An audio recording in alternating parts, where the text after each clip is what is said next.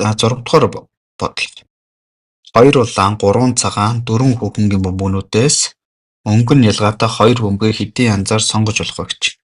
За бид нарт улаан бөмбөгийг төлөө U усгаар тэмдэглэжээ. 2 улаан бөмбөг байгаа юм байна. Цагаан бөмбөгийг C усгаар тэмдэглэжээ. 3 цагаан. Хүүхэнгийг H усгаар тэмдэглэж юм бол 4 хүүхэнг.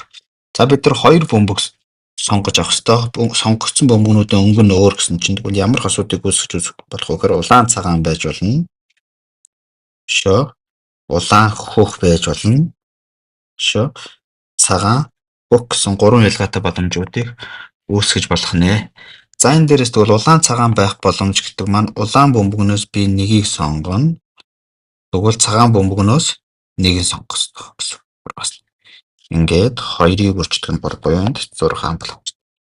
За тэгвэл улаан хөх байх боломж. Улаан бөмбөгнөөс 2-оос нэгийг сонгоно.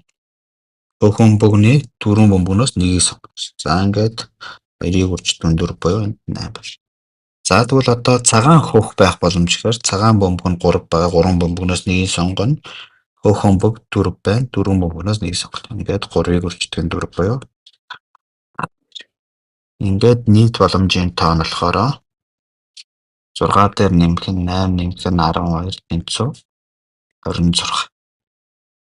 Ингээд D хариулт.